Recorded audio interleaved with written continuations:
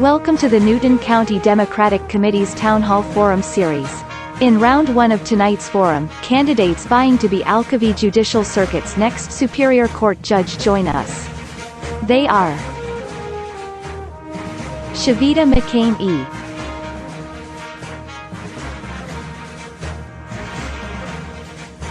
Robert Stansfield,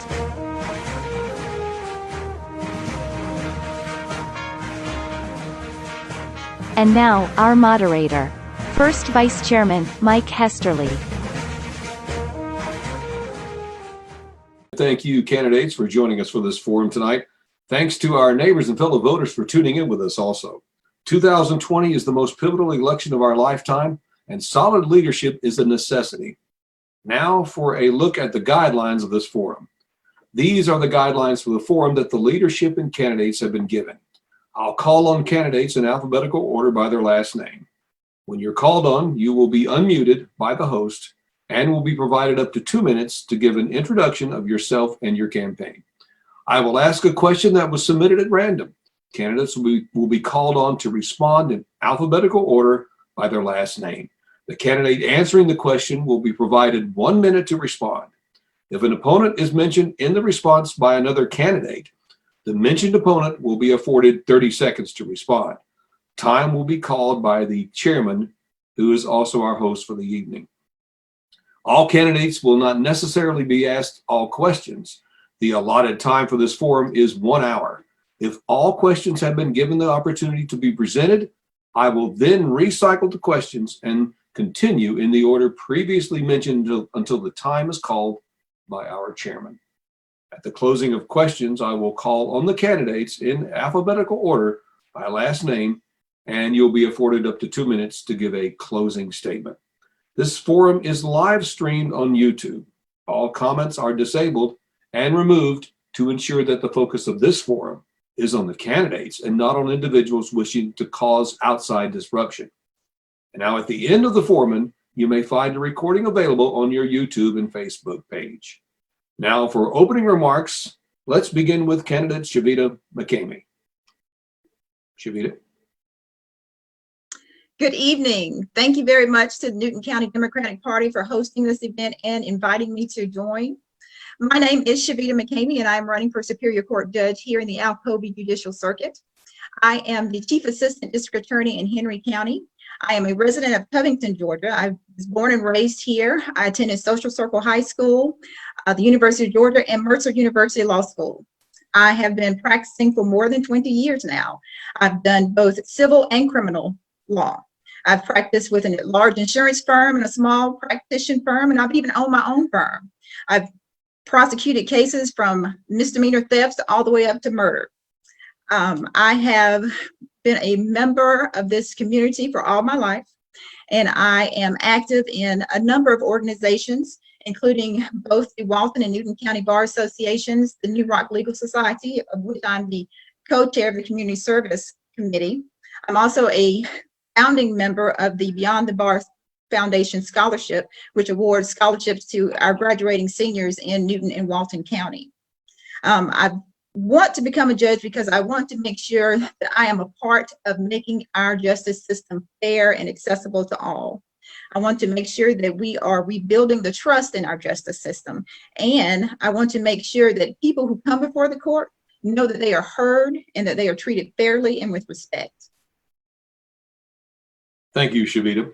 Our next candidate is Robert Stansfield. Robert?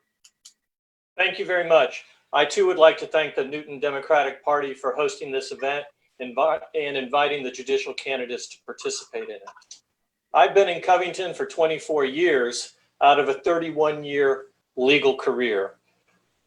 My wife is a Newton County school teacher. That's how we ended up here. I followed my wife, and we have been here. We've supported the community in many, many ways over the years. In addition to my wife teaching here, our daughter went through Newton County Public Schools her entire career. I've been involved in the community from the Covington YMCA and the Arts Association and the Kiwanis Club, hospice, and 20 other organizations over my career. Being a judge is fundamentally a career of public service and an act of judicial service. And the combination of 31 years of full-time legal practice, as well as decades of civic involvement in community service, prepare me to serve as a judge in the role of judicial service, hearing people's problems, listening to them, making sure that what happens in the courtroom is fair and impartial, and that the law is applied equally to everyone, regardless of wealth or poor or origins or religion. The judge is the independent gatekeeper, and I am able, based on my training, education, and disposition, to serve in that capacity. So I'm happy to participate in this forum tonight and look forward to doing so. Thank you. Thank you, Robert. I'd like to remind you before we get the questions started that this is not a debate. This is not a time to sling mud on one another.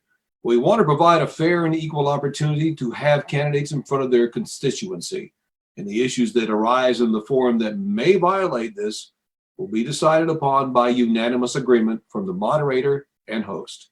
Whatever decision is made is final.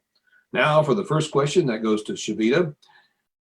Cheveda, how could the costs of judicial administration be reduced? Can you give a specific example of how you have reduced costs in your law practice or in the court without reducing quality of service rendered? I think a big part of that is the better use of technology.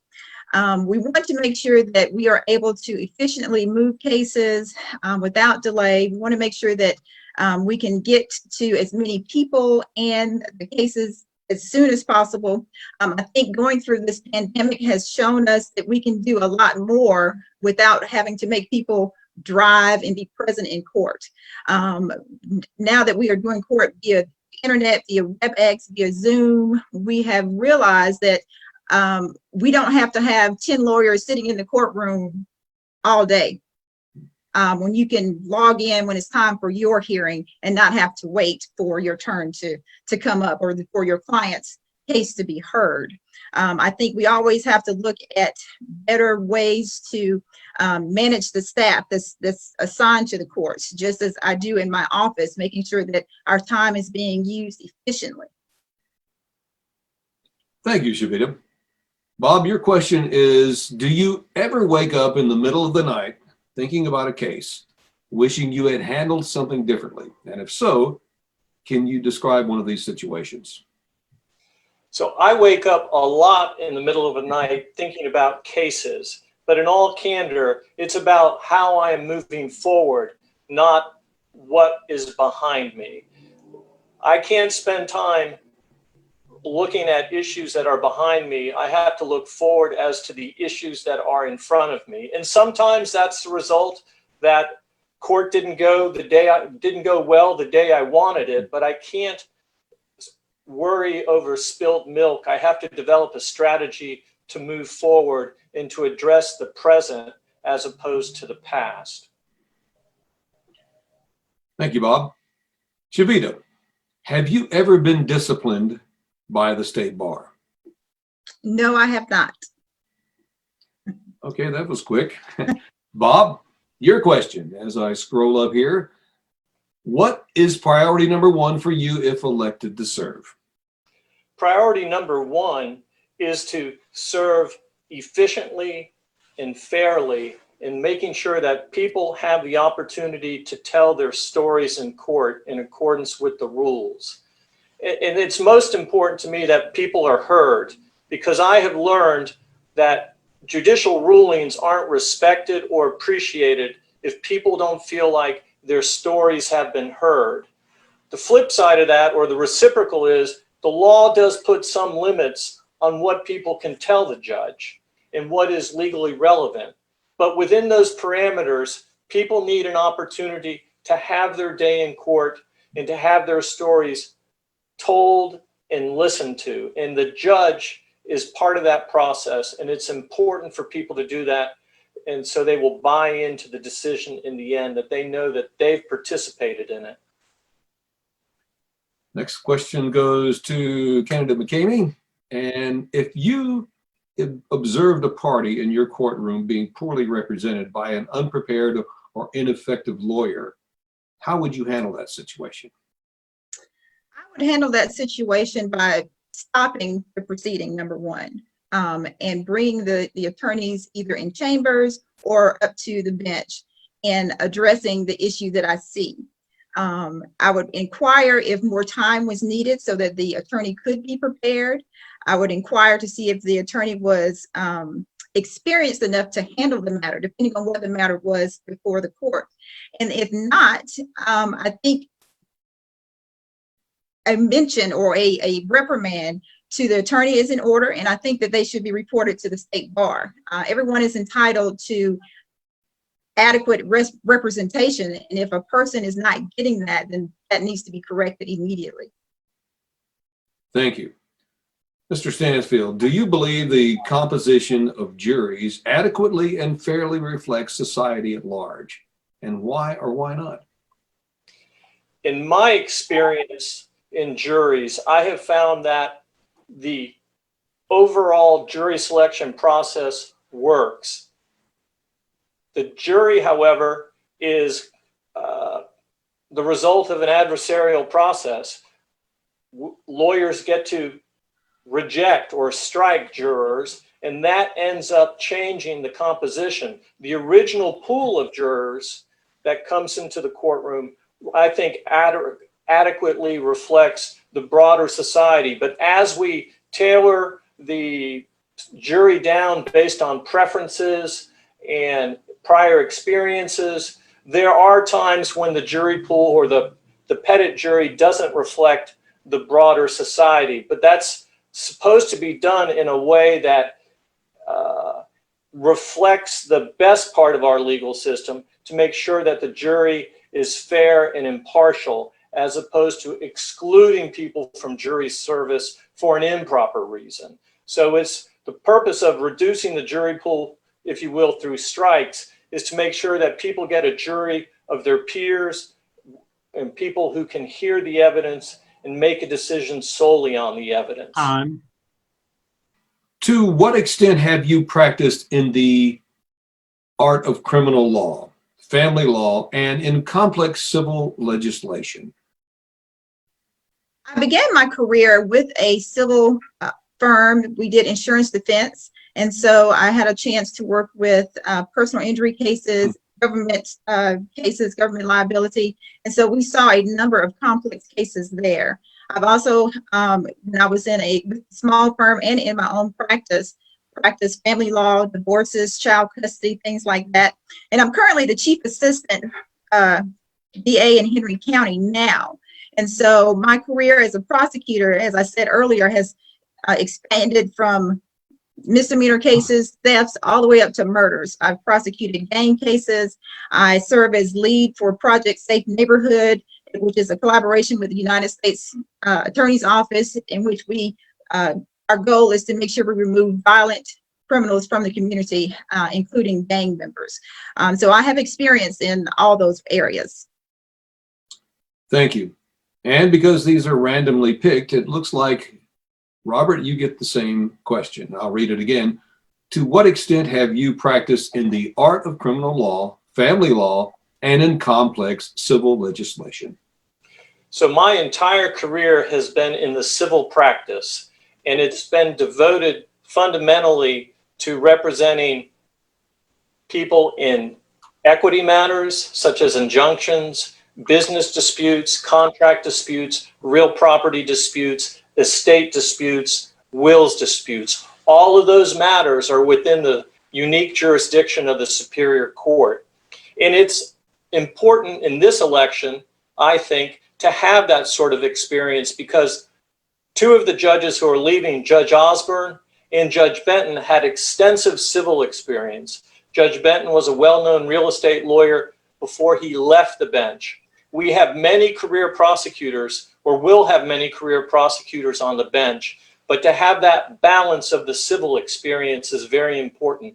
I've worked over my career from antitrust cases in class actions to international transportation disputes to treaty interpretation to determining who is going to inherit and going to the Georgia Supreme Court and winning. Thank you. All right. Cheveda, you had the same question we asked Bob earlier. Do you ever wake up in the middle of the night thinking about a case, wishing you had handled something differently? And if so, can you describe one of these situations? Yes, I think as a trial attorney, you will always have those moments.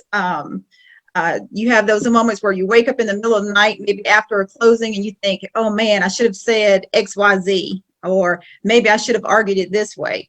I think that anytime that you have those moments, you have to make sure that in the beginning you were prepared and that you put forth the best case that you could.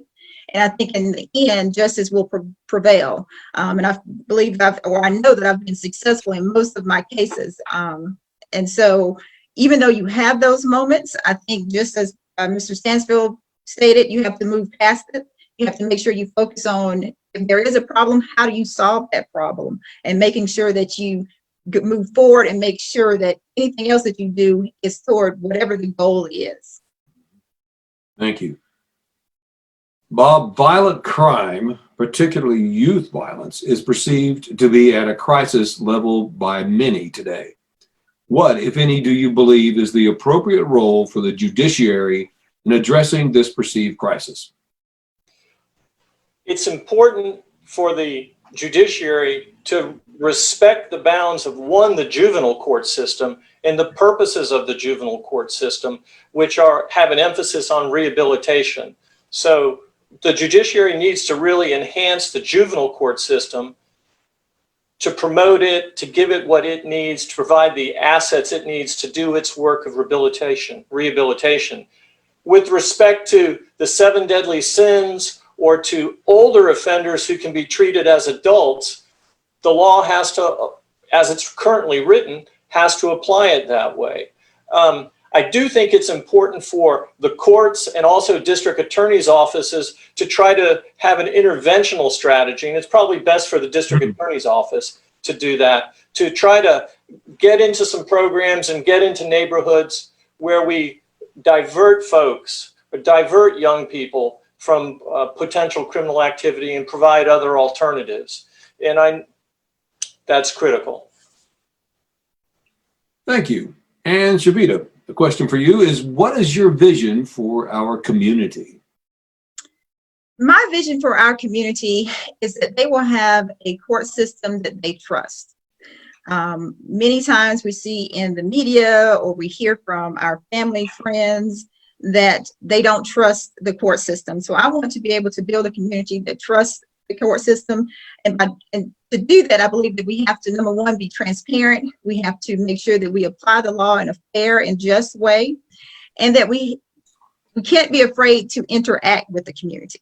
I think that even when it comes to solutions or developing programs, I think although the judicial branch cannot influence anyone as far as choosing which program, but I think it's always good if the court is aware of what programs are out there, can also at least bring those programs to the forefront so that people in the district attorney's office, people in the public defender's office, or any defense attorney, or even civil attorneys, they know what options are out there. I think it's important that we get the community involved with our court systems. Thank you. Bob, or Robert, excuse me, Robert Stansfield, have you ever been disciplined by the state bar? Let's see how quick this one is. No. No, okay. And you can call me Bob. I could call you Bob? Okay, thank you, Bob. All right, Cheveda, your question. What do you perceive as the greatest obstacles to justice, if any?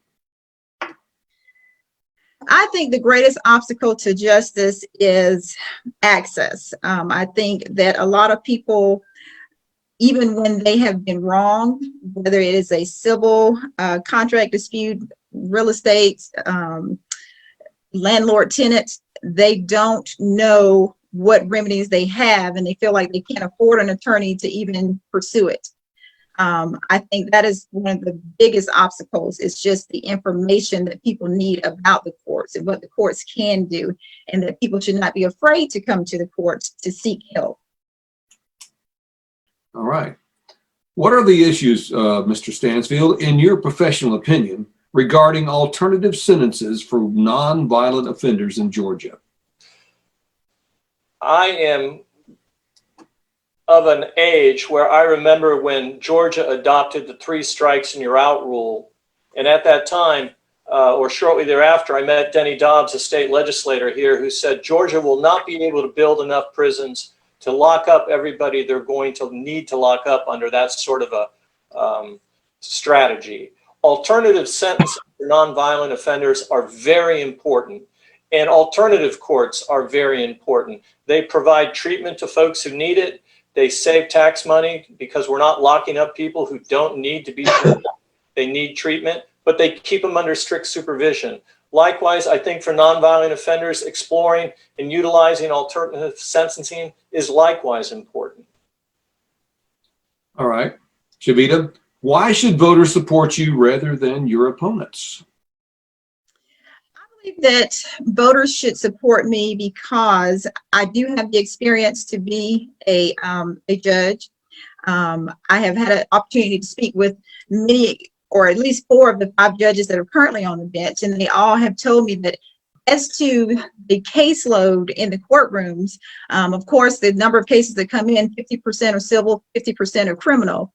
And of the civil side, 50% of that is domestic stuff. I've got that experience in that arena. And as far as the criminal side is concerned, when describing trials, they say that if they try 2 to 3 civil trials a year, then that's what they have, but they will try 2 to 3 or more criminal trials a month. And so I am, of course, I have the background in criminal prosecution, and I've had the experience doing criminal defense too. So if I am elected to be on the bench, then I can start day one ready to handle anything that comes before me. Trials, motions, from, again, the simplest to the more complex. Thank you. Same question to you, Mr. Stansfield. Why should voters support you rather than your opponents? In this circuit, it is likely that the majority of the judges are going to be career prosecutors who have never handled a civil case or have had less than substantial civil experience. And the judges who had substantial civil experience are leaving. Just like a hospital needs more than surgeons, courts need more than just career prosecutors who've never represented a family or a business, who don't understand the practical consequences of some of the things that are decided in the courts that relate to civil matters. We all can't be experts in everything. Some people are career prosecutors, some folks are career civil litigators, but I have 31 years of experience representing folks across a wide palette of civil matters. I have been successful at the highest court in the state of Georgia, having made law at the Supreme Court. I've represented many people at the Court of Appeals. I have over 20 reported cases. I've got extensive experience that can hit the start working day one. Thank you. Cheveda McCamy, excuse me, I'm McCamy. Cheveda McCamy, I'll get that right. Here's a question for you. What are the major influences in your life and why? The major influences in my life, number one, I would say God. Number two would be my family. My mom and my dad. My mom is Olivia Greer. My father is Walter Greer. They're both the natives of this area. My mom grew up in Social Circle. She was a elementary school teacher in Social Circle for over 30 years. My dad grew up here in Newton County, and they both instilled in myself and my sister and my brother the hard work ethic, that we should be servants, public servants. And then now, of course, I have 2 wonderful children, Nala and Nolan McCamy. I have a freshman who is Nala. She's at UGA, and my son is a sophomore at the Academy of Liberal Arts. And of course, now that I'm raising my own family, they influence me to make sure that I keep this community safe and that I make it a place where they want to come and live and raise their family as well. Thank you. Mr. Stansfield, your question is, what do you perceive as the greatest obstacles to justice, if there are any?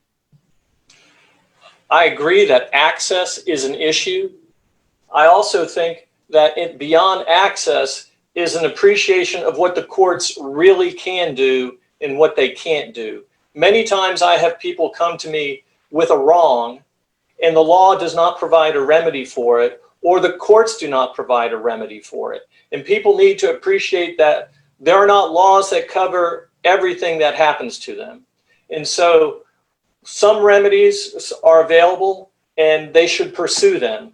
On the other hand, people ought to, and I encourage people to pursue other remedies like mediation and alternative dispute resolution, because so often folks invest time and money in a dispute in court when it could be resolved in another forum where a creative relationship can come out of that dispute, instead of, in a lawsuit, generally someone wins and someone loses. In mediation and alternative dispute resolution, we can create a win-win for both sides. Thank you. All right, Cheveda, I have a question for you, and there's been a error here in the way it was written. So I'm going to ask you, and if you can correct me if I say something wrong here. How would you deal with a pro se parte appearing in your court if elected? Now, it's PRO space SE. That's correct. Is it correct? Okay, thank you. That is correct. I'm not familiar with the court jargon, so take it away. Yes, sir. Yes, sir. A pro se litigant is a person who is not represented by counsel.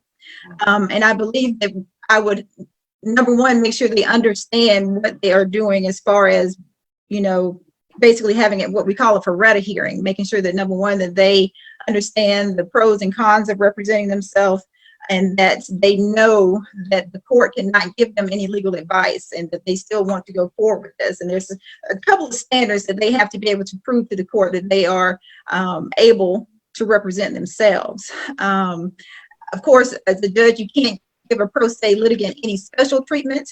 I think you just have to be patient. But the laws still have to be followed. The rules of evidence still have to be followed. And so if they get it wrong, unfortunately, they don't have the benefit of legal counsel, then they get it wrong. But of course, again, you just have to be patient to make sure that, they understand, yes, you can do this. No, you can't do that. And then keep whatever the proceeding is moving. All right. Thank you. Now, you get the same question, Robert. And now that I know what I'm reading, I'll go ahead and read it to you. How would you deal with a pro se party appearing in your court if you were elected? So a pro se litigant, everyone has the right to represent themselves. So they have the right to represent themselves, but part of a judge's job is to explain that the rules apply to them, the rules of evidence, the rules of procedure, and we can't waive them because they're a pro se litigant. There are some instances where people appear in court who have a small corporation and they answer on behalf of the corporation, they're thinking they're representing themselves, and they can't do that. They have to hire a lawyer, even though it's just their mom and pop corporation. And so what the judges typically do is they continue the hearings and give them the opportunity to hire a lawyer. And generally my perception is that when a judge explains to a party the rigors of court and the application of the rules, that a continuance is in order, because most of the time folks decide they don't want to represent themselves. But if they do and they want to go forward, then the judge just has to be patient and work within the rules. Thank you. Thank you very much. Cheveda McCamy, what are the issues in your professional opinion regarding alternative sentences for nonviolent offenders in Georgia? I'm sorry, can you repeat that? Yes, ma'am. What are the issues, in your professional opinion, regarding alternative sentences for nonviolent offenders in Georgia? The issues, I think, are that there is a lack of programming. I know that each jurisdiction has their own set of programs. When I became chief assistant in the Henry County Attorney's Office, there was not a pretrial diversion program. So I was able to aid in the implementation of that. And the pretrial diversion program is basically a program that allows a second chance to nonviolent first-time offenders. That's considered alternative sentencing. So that person is held accountable for what they did, but they are able to pay their price to society without becoming a convicted felon. And I know every jurisdiction does not have that. So I think that is one of the issues for alternative sentencing or resolutions. Robert, what are your judicial role models and why? Or who are your judicial role models and why? So I have several. I think Judge Osborne has been an outstanding judge. He went on the bench right as I came to Covington, and I actually had the opportunity to meet with him 3 or 4 times before he went on the bench. He has the gravitas needed to be a judge. The quiet disposition allows people to tell their stories. Another judge is Wade Crumbly in McDonough. Judge Crumbly, I think, was an extremely fair judge, and I tried a case against him before he was judge. But what was inspiring was when the public defender told me that his clients who were convicted thought he was a great judge because he was so fair to them. That's an incredible role model, to think that people who you sentenced still thought you were fair to them. So those are 2 judges who stand out. All right, thank you. Now it shows here that I should be asking Cheveda a question she's already answered, so I'm going to have to punt here. And let me see if you've already answered this one. Well, you've already answered that one too. So let's go ahead and ask the one that Robert will get. Violent crime, particularly youth violence, is perceived to be at a crisis level by many today. What, if any, do you believe is the appropriate role for the judiciary in addressing this perceived crisis? For the judiciary, we, of course, always have to follow the law. Particularly in juvenile court, the goal is for rehabilitation. There are certain crimes that are designated felonies that will include incarceration time or sentencing to the juvenile detention center. But for some of the other crimes that, I'm sorry? Nothing. I'm just agreeing with you. Okay, I apologize. And so those are your usually the sentences that you get for your violent crimes. And so I think that in addition to the time sentence, I think that there also should be some type of follow-up wraparound services to make sure that once they are released from their custody, that there's still some supervision, that there is still some guidelines for this juvenile, this child, to try to get them back on the right path so that they don't reoffend and they don't end up in superior court. All right, thank you. Thank you very much. Robert, I have a question for you. Let me scroll down here. I believe I'll give you this one. If you observed a party in your courtroom being poorly represented by an unprepared or ineffective lawyer, how would you handle that situation? So that actually, to me, is a difficult situation, because the judge is to be the arbiter, if you will, and he can't show preference to one side or another. But there are instances where the representation is so poor that the individual isn't getting the fair shake he or she deserves. And so it's not a matter that someone came up with a better idea and the other lawyer didn't think of that in advance. It has to be a matter where someone is obviously not prepared, may be intoxicated. That happens occasionally. There have been lawyers that appear in court under the influence of alcohol or drugs. So, but when it's apparent that there is a disproportionate lack of preparedness, then I think the court should step in and inquire and perhaps give a continuance. But parties are responsible for the acts of their lawyers ultimately, and it's very important selecting the lawyer to represent you. Thank you. All right, Cheveda, your question is, what is priority number one for you if elected to serve?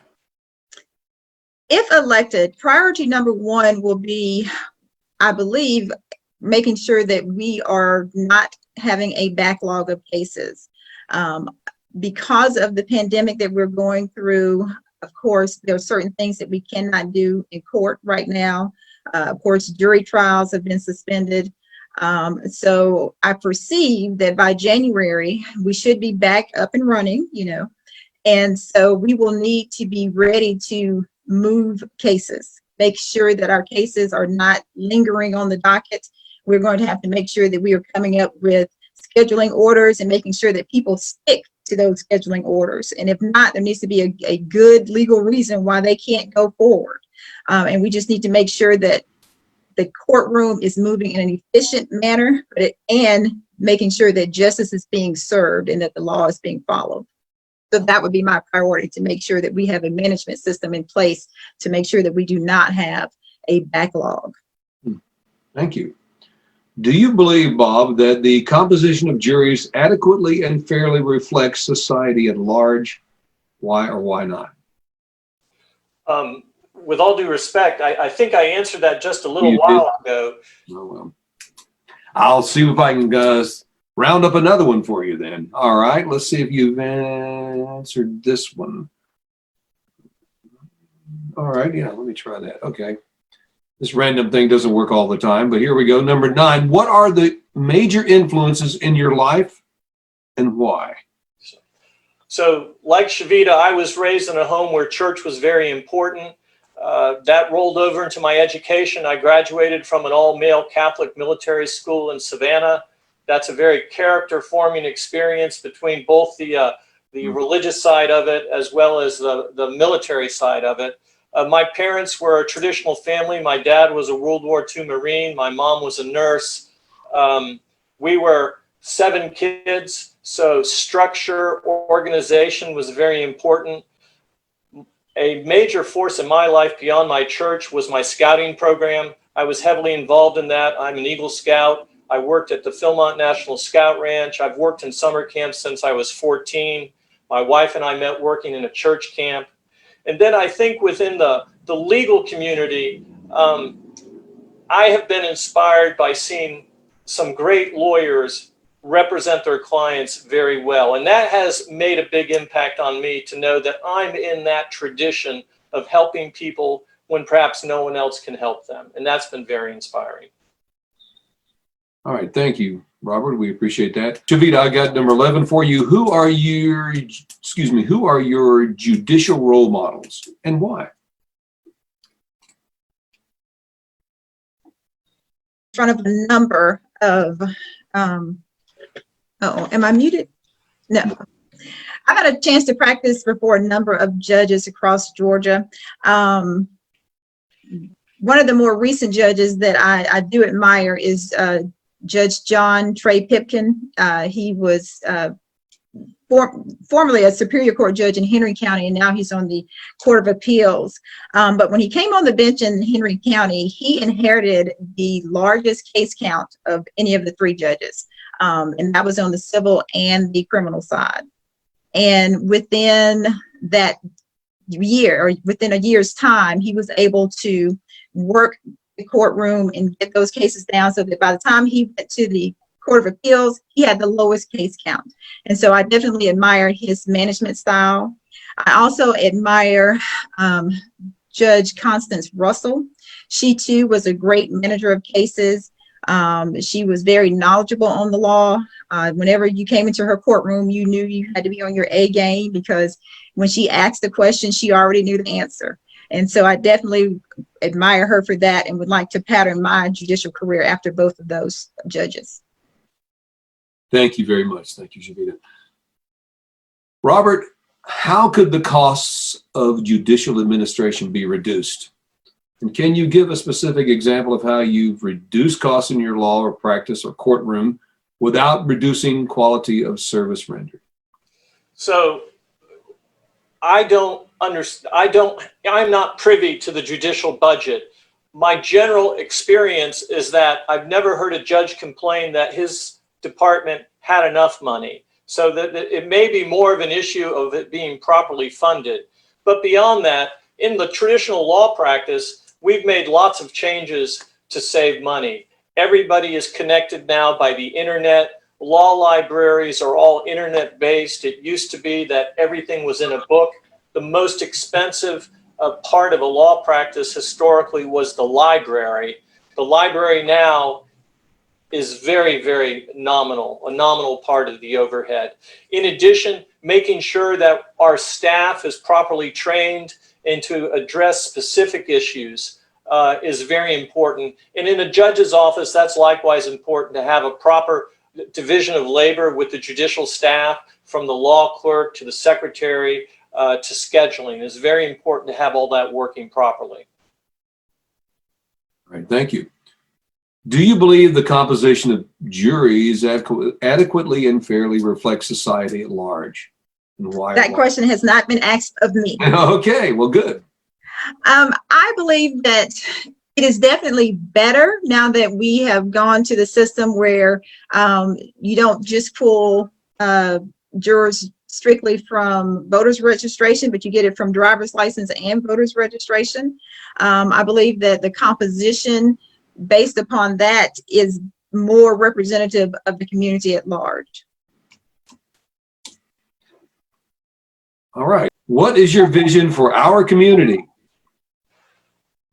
My vision for our community is that it be a community where everyone is safe and it is prosperous, where everyone has an opportunity to develop well, with good, strong schools, prosperous businesses, public institutions that work, charitable institutions that support and expand people's diversity. I've spent years working to make our community better with the Arts Association of Newton County that has children from 7 counties, from being on the YMCA board that promotes health and fitness just for senior citizens down to children, to being a founding member of the Newton Education Foundation, where we were promoting scholarships and grants for teachers to do innovative teaching. So I want to build on that, and that's what I want our community to have, as well as good paying jobs. And I will say, for business, it's important that if they're going to invest in this circuit, they need to know that on the courts, there are judges who are capable of handling commercial disputes and business disputes. Thank you, Robert. Thank you very much. That's all the questions and you've already answered a few twice now, I guess. Anyway, we're going to go on to your closing remarks, and let's start out with Cheveda McCamy. Thank you. Thank you. And thank you again to the Newton County Democratic Party for having me tonight. I want to serve my community. This is my home. This is where I grew up. This is where my family, my extended family are.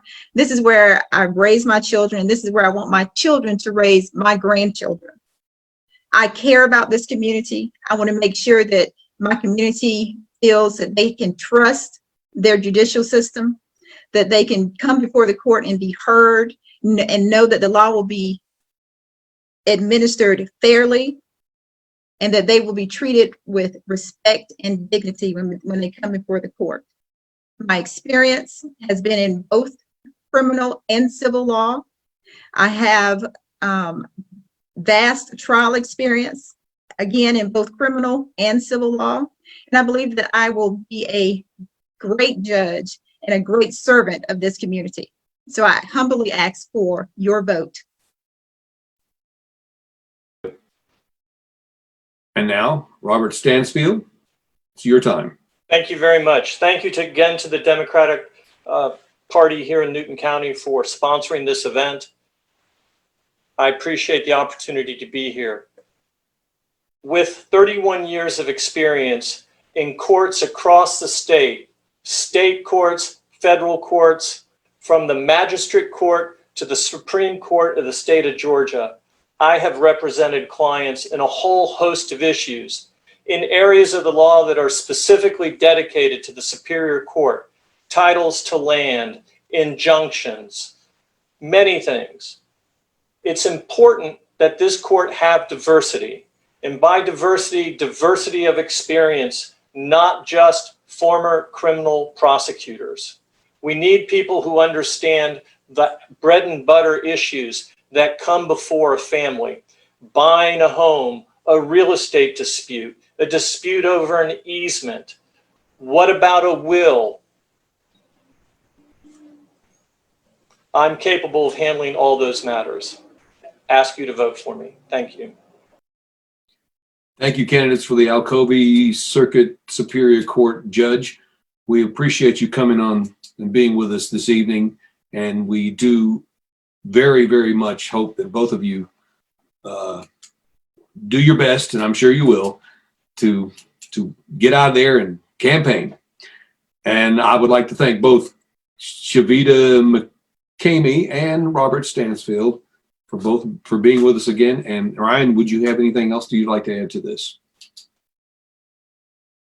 I want to thank you all again for being a part of this tonight, those that are tuning in, and both of you for coming on as candidates. It's a pretty big thing to put your neck out on the line to run for office. So I appreciate you guys doing this and being willing to serve our community that we all call home. I do want to remind everyone that at 7 we will be having the candidates vying for the House of Representatives in District 10 joining us for their questions. And then next week, starting at 5 p.m., we will have the Board of Commission candidates for District 1, District 3, and District 5 joining us. And we ask that you submit your questions so that we can get these questions answered, for the commission candidates, as we've gotten questions answered for so many of you tonight from the judicial candidates. I do want to remind everyone that the judicial race is a nonpartisan race, and while we as the Democratic Party are hosting this, neither candidate is a Democrat in terms of their nomination or their candidacy. So we wanted to provide that avenue for the candidates to be heard on their merits, on their experience, and on their knowledge. So I want to thank both of you for joining us again tonight, and I wish both of you the best of luck, and we can't wait to see one of you. We'd love to have both of you, but at least see one of you on the bench. So thank you again, and you guys have a good night.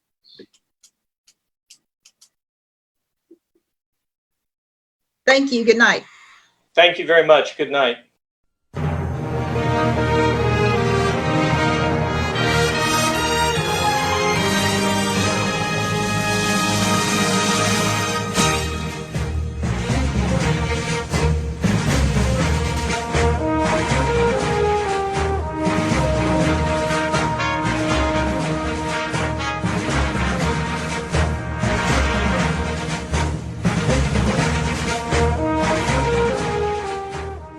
Paid for and approved by the Newton County Democratic Committee.